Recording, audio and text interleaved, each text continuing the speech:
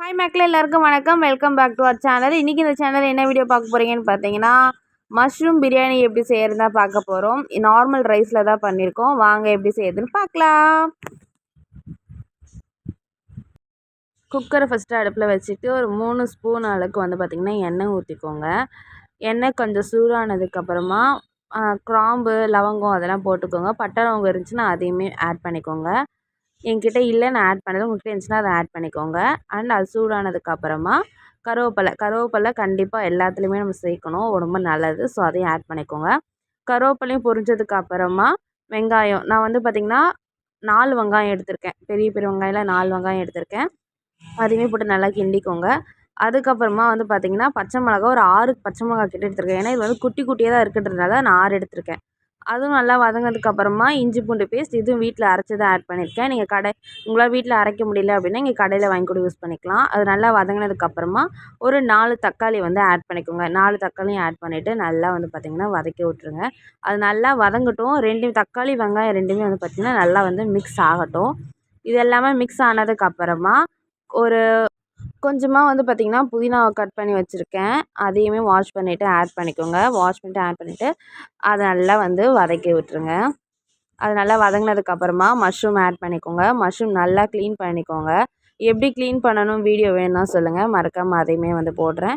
இப்போ இது எல்லாத்தையும் வந்து நல்லா மிக்ஸ் பண்ணி விட்டுருங்க. மிக்ஸ் பண்ணிவிட்டு இப்போ மசாலா போட ஆரம்பிச்சிடலாம். ஃபஸ்ட்டு வந்து பார்த்திங்கன்னா ஒரு 2 ஸ்பூன் அளவுக்கு வந்து பார்த்திங்கன்னா வெறும் மிளகாத்தூள் போட்டுக்கிறேன். காரத்துக்கு ஏற்ற மாதிரி போட்டுக்கோங்க. அதுக்கப்புறமா நெக்ஸ்ட்டு வந்து பார்த்திங்கன்னா பிரியாணி மசாலா ஆட் பண்ணிக்கிறேன். பிரியாணி மசாலாவுமே வந்து பார்த்திங்கன்னா 2 ஸ்பூன் அளவுக்கு ஆட் பண்ணிக்கோங்க. இது 2த்தையும் ஆட் பண்ணதுக்கப்புறமா கரம் மசாலா 1 ஸ்பூன் போதும்.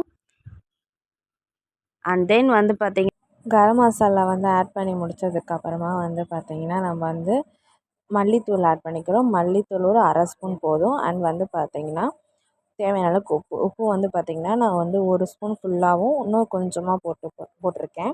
அதுக்கப்புறம் வந்து பார்த்திங்கன்னா நல்லா கிண்டி விட்டுருக்கேன்.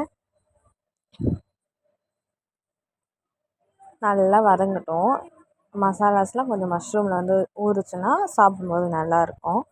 நல்லா வதங்கினதுக்கப்புறமா வந்து பார்த்திங்கன்னா 2 1/2 கிளாஸ் அரிசி எடுத்திருக்கேன். 2 1/2 கிளாஸ் அரிசிக்கு 5 1/2 கிளாஸ் தண்ணி ஊற்றுங்க. பிகாஸ் நம்ம வந்து பார்த்திங்கன்னா மஷ்ரூம் எல்லாம் போட்டிருக்கோம் அப்படின்றதுனால 5 1/2 கிளாஸ் ஊற்றுறோம்.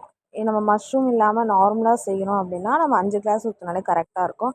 மஷ்ரூம், தக்காளி, வெங்காயம் அதெல்லாம் போட்டிருக்கோன்றதுனால நான் வந்து 5 1/2 கிளாஸ் அளவுக்கு வந்து பார்த்திங்கன்னா தண்ணி ஊற்றிக்கிறேன். தண்ணி ஊற்றி முடிச்சதுக்கப்புறமா குக்கரை மூடிட்டு ஒரு 3 விசில் வர வரைக்கும் வச்சாச்சு. விசில் போனதுக்கப்புறம் ஓப்பன் பண்ணி பார்த்திங்கன்னா நல்லாவே வந்து பார்த்திங்கன்னா வெந்திருக்கு.